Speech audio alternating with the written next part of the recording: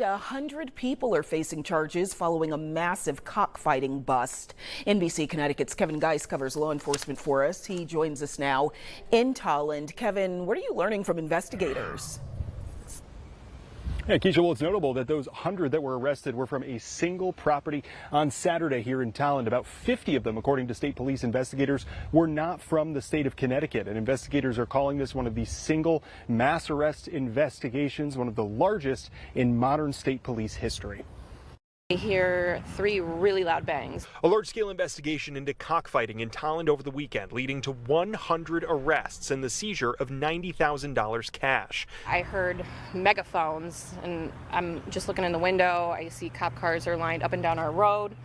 And then I knew something big was going on, and then helicopters soon after that. Investigators swarmed the Mountain Spring Road neighborhood Saturday. They say illegal cockfighting was taking place in the basement of a home as well as nearby buildings on the property.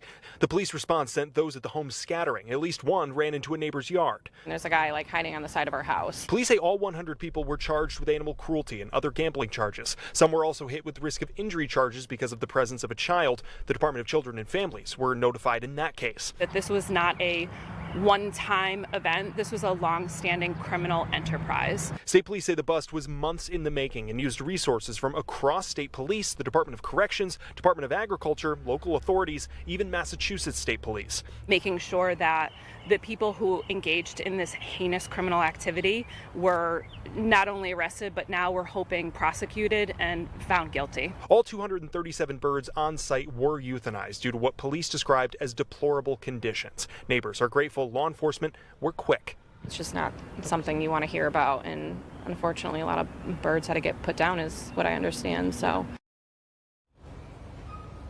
State police also note that they do believe that there are more charges coming and the investigation is still active. We're live in Tolland. Kevin Gaiss, NBC Connecticut News. Keisha, back to you.